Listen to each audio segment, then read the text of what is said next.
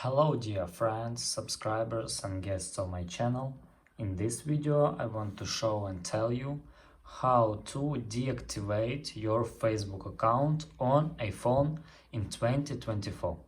Please put your like, subscribe to my channel, share this video with your friends and let's get started.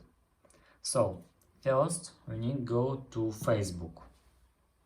After that we need to click on our account.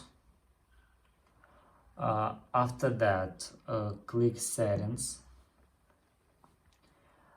and here you need click see more in account center. After that click personal details, click account ownership and control, deactivation or deletion, choose your account and click deactivate account, and after that click continue. Enter your password and that's all. This is a very easy way to do. If you enjoyed this video and found it helpful, please put your like, subscribe to my channel and share this video with your friends.